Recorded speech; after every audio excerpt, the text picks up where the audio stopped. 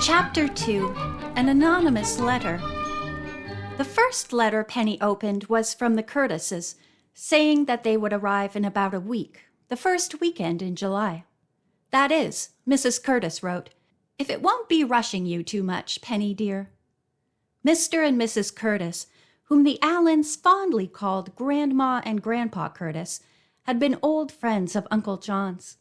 Their daughter Mary and their son Charles were the same age as Penny and Philip, and they had spent many summers together in camps. They were to be the first guests at Allen Lodge, and were planning to stay the entire summer. When Mr. Curtis had heard about the ideal fishing, his family had difficulty restraining him from coming up before the lodge was really open for business. "The Curtises are always doing something to help us," brightly asserted Penny, as she finished the letter out on the big front porch.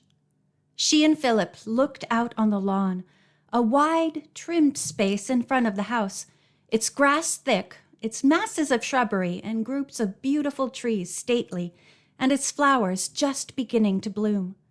Truly, summer had come to the shores of Lake Superior, and Phil surveyed the property with great pride. Watching the expression on his face, Penny said, "Uncle John certainly had good taste, Phil. You have every reason to be proud of your inheritance." "I know it," Phil said. "But don't forget to give credit where it is due. Jimmy and I have done a good job of lawn mowing and tree trimming, if I do say so myself." He stretched his long arms. "That kind of work is a real muscle builder." "I'll bet it is," Penny said. "And it's grand to know that I'll have plenty of flowers for the dining room tables and for every bedroom in the lodge. Pat takes very good care of the cutting flowers in his old-fashioned garden. If you and Jimmy take as good care of the flowering shrubs, the lodge will be a bower of blossoms inside and out all summer." Marjorie and Jimmy came out on the porch then, with their hands full of more mail that Pat had brought back when he went into town for Teresa and the Donahues. "'Lo," said Jimmy. "Help us sort this out. Gobs came in today after the postman left." Jimmy sat down in one of the large, old-fashioned wicker chairs, and Marjorie drew up a little footstool in front of him. "Go ahead," said Philip. "We'll trust you and Marjorie to sort it all out and hand it over. Won't we, Penny?" "Only too glad to have you do it," replied Penny, slumping down in her chair and pretending to relax. "Only don't take too long. If anything looks interesting," she added.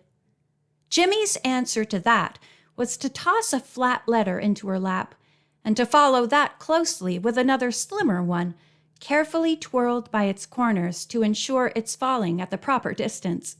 "Oh, don't, Jimmy!" protested Marjorie, over whose head the missives were hurled. "That will keep her quiet, Marge," Jimmy announced.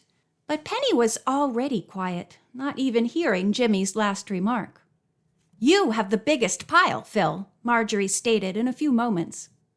The pile in front of Phil was falling over with letters, papers, advertisements, and catalogs. The process of dividing the mail was soon completed, and silence reigned, except for giggles from Marjorie, as she read a long letter from her best friend, Judy Powell. Penny, deeply engrossed in one of hers, gave a slight exclamation once, and Philip whistled as he laid aside a long envelope. But no one stopped to ask questions. Penny looked at the absorbed group as she finished her last letter and smiled. Marjorie stopped reading her letters and looked off into space. "Read me some of Judy's letter, Marjorie," said Penny. Marjorie turned with a smile to say that it was such a good letter and so funny. "Judy wants to know by telegram when they can come." "She shall, Marjorie," Philip answered immediately. "I'm thinking of getting a special telegram blank printed." Marjorie looked at Phil to see if he really meant such an idiotic thing, but as Phil only winked at her, she merely said, "Crazy," and turned to Judy's letter. "Dearest Marjorie, I think it's simply tops that we can be together this summer. I was so afraid my parents would insist on sending me to camp again. Not that I don't like camp, but I know it's going to be so much more exciting to do things together, like exploring in the woods. Will we be allowed to go through the woods by ourselves? Are there secret cabins or wonderful hiding places? Can we sleep out at night? I'll bet it's wonderful swimming in Lake Superior. Oh, couldn't you telegraph and let me know right away when we can come? I have so many questions to ask. I don't know where to begin. My brother Alf says he would rather come to Michigan than go on the canoe trip in Canada.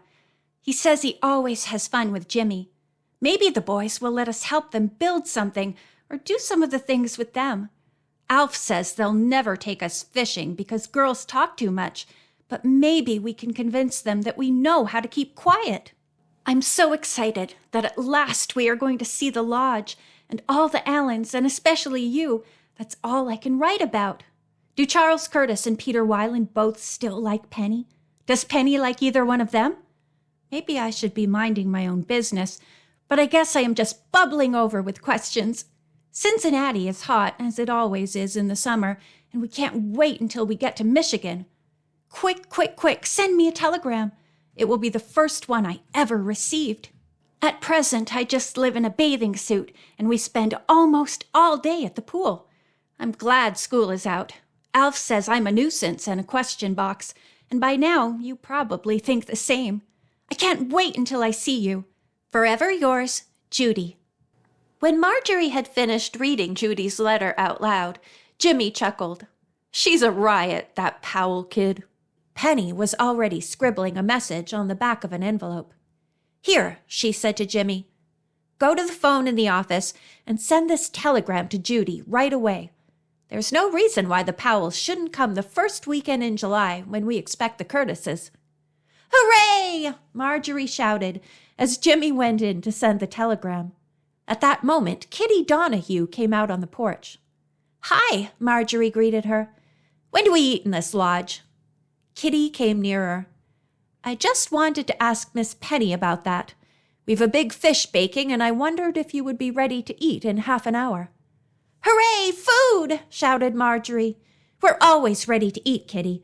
Are we going to have a conference tonight to assign various duties, Penny? Yes, we are, Penny answered. Kitty, did you ever help in a summer hotel or anything like that? Yes, ma'am. And Mal helped the chef at one of the lake resorts right near here. That is what made Anne Mary think about sending for us. Philip had turned to look at Kathleen while she talked. That is very fortunate for us, Mrs. Donahue, he said.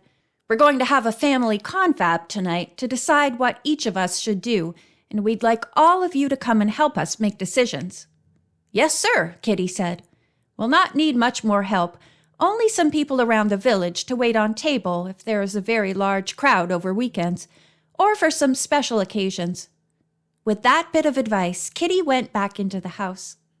Jimmy came out on the porch then and said to Marjorie, I told the operator to sign your name to the telegram. I thought Judy would get a kick out of that. Thanks, Marjorie said, smiling. Sometimes you can be nice, Jimmy. He ignored her and started gathering up his mail. By the way, he said to Penny and Phil, my old schoolmate Brooke is coming that weekend too, if it's all right with you. Fine, Penny and Phil said together. Jimmy grinned. Brooke wrote that he is going to bring all of his old clothes. He says he'll bring one decent suit, but he hopes he'll not have to put it on. I'm right with him there. I think Judy Powell has the right idea about living in a bathing suit all summer. Say, Alf Powell, Brooke and I will certainly have some wonderful fun this summer. Maybe we can put up a shack for us to sleep in. He went on, pacing up and down excitedly. Or part of that old barn. It would be fun if we could be by ourselves. Calm down, Jimmy, Phil said. I don't think Alf's or Brooke's parents will think their sons ought to be sleeping in a shack if they are paying good money for rooms. Do you? Jimmy ran his hands through his short, dark hair. Nah, I guess not. But we could bunk out there sometimes, couldn't we? Of course, Penny told him. It wouldn't be much fun if you didn't rough it every now and then. She went on seriously. I'm counting on you, Jimmy, to keep an eye on any kids who may come with their parents. You and Marjorie must help to keep them amused, too. It will be rather like running a summer camp, with you two as junior counselors. You'll have to supervise games and sports, and maybe, Jimmy, give some of them swimming lessons. Ha! Jimmy narrowed his eyes. The plot thickens. Looks like I'm going to have to work. But don't worry, Penny. Brooke, Alf, and I will keep the small fry busy. Grand, Penny said approvingly. You've taken a load off my mind, Jimmy. Everyone has simply got to help me as much as possible if we're going to see to it that our guests are kept amused. She glanced at Marjorie. That means you too, Imp. Don't you dare spend all your time with your chum, Judy. I won't, Marjorie promised. Not unless Jimmy spends all his time with Alf and Brooke. Philip glanced at his wristwatch. Any objections to you two getting washed up before dinner? But he looked at Jimmy as he spoke. Not a one, returned Jimmy with a wide grin. I wonder why Phil looked at me, he continued, still grinning. Because you're practically just past the stage when getting you washed behind the ears was quite a family problem, said Marjorie. Look who's talking, called Jimmy as he disappeared into the house. After they had all consumed the delicious baked fish which Pat had caught that very day, and Anne Mary had fixed in a delectable fashion, all the Allens met around the council table. This was the big table in the living room, and here they were soon joined by the Ryans, Teresa, and the Donahues. Philip then outlined a plan which they all discussed, and finally the duties were assigned to everyone's satisfaction. Pat was to continue what he had always done and be a general overseer of the entire lodge. He would make arrangements for fishing parties, get boats and guides, and order lunches to be packed. He would lock up every night and do many other things. Anne Mary was in complete charge of the kitchen, and Mal and Kitty were to be her assistants. Kitty would serve, and Mal also had some outdoor duties. Teresa was to do the cleaning, and Mal and Kitty were going to pitch in and help with that, too. Marjorie had offered to wait on table and help with the cooking, but Philip told her that the family would have their hands full with the entertaining of their guests. However, all the Allens planned to help out every place, all of the time, whenever they were free from their other assigned duties. Jimmy had lettered a large sign and hung it on a temporary billboard. It read, Meeting of the Board of Directors of Allen Lodge. Marjorie now pointed to the sign and said, I feel pretty important being a director. Is that why I can get out of cooking and serving? At this remark, Phil guffawed, and Jimmy and Penny joined him, much to Marjorie's chagrin. Don't you kid yourself, Jimmy said. Even if Phil says you'll have your hands full entertaining guests, you know you'll have them twice as full, because I'm sure we'll all have to help each other when our lodge is running full force. Philip, it was decided, was to be the official treasurer. He would keep the books and have full charge of all receipts and disbursements. That, Jimmy loftily explained to Marjorie, means money coming in and money going out. Marjorie sniffed. Keep your definitions of such simple words to yourself. Let's be serious, Phil said.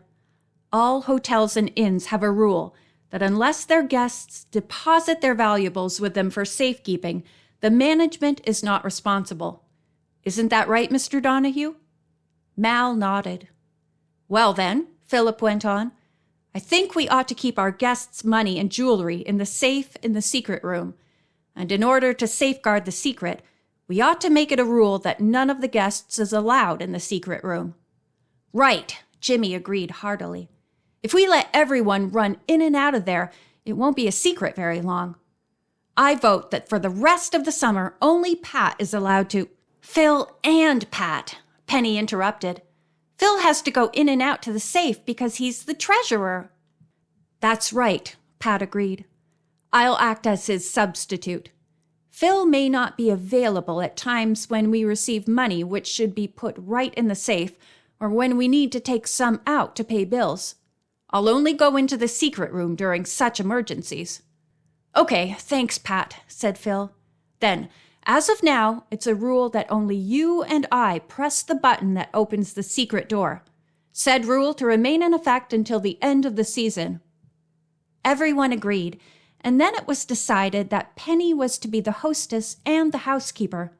Anne Mary was going to help make out the shopping lists, while Penny did the actual shopping. Marjorie was to be the assistant hostess as well as the secretary.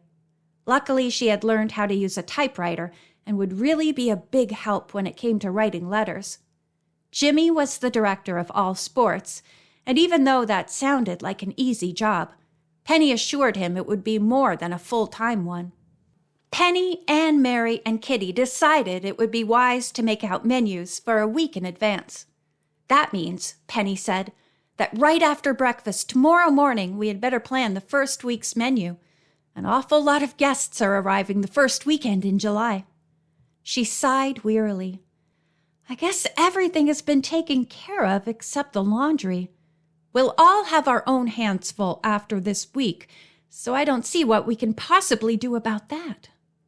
Got any ideas, Anne Mary? Philip asked. Anne Mary thought for a minute.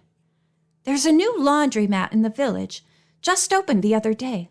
If we could find someone who could come out twice a week, bring in the soiled linen, wash it in one of the automatic machines, and bring it back damp dry, Kitty, Teresa, and I could handle the ironing. A swell idea, Pat said. I'll ask around in the village when I go in tomorrow. Anyone, even a mere man, he added with a chuckle, can run one of those spin-dry slot machines.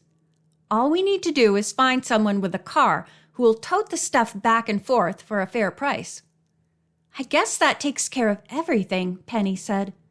Has anybody thought of anything else? Jimmy thought it would be a good idea to buy a sailboat, but that suggestion was promptly vetoed.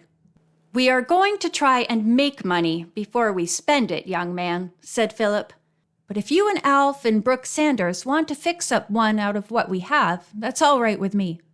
Watch us, retorted Jimmy, and immediately suggested that a few canoes wouldn't cost much. But once again, Phil put a damper on his ideas.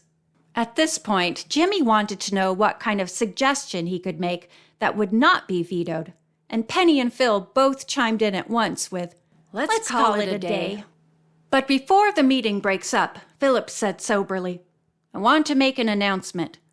I don't think it's really important, but I think you should all hear it. He drew from his pocket the long envelope he had laid aside earlier when they had been out on the porch reading their mail. I got an anonymous letter today, he said, and at first I thought I wouldn't bother you with it. Writers of anonymous letters are usually either cowards or cranks. However, he continued, after thinking it over, I decided I have no right to keep from you the fact that we have been threatened. Threatened? Penny repeated. But Phil, who?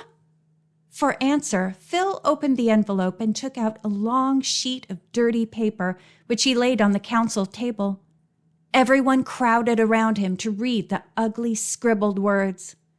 Mr. Philip Allen, if you know what's good for you and your family and friends, get out of the lodge as fast as you can. I mean business. End of chapter 2.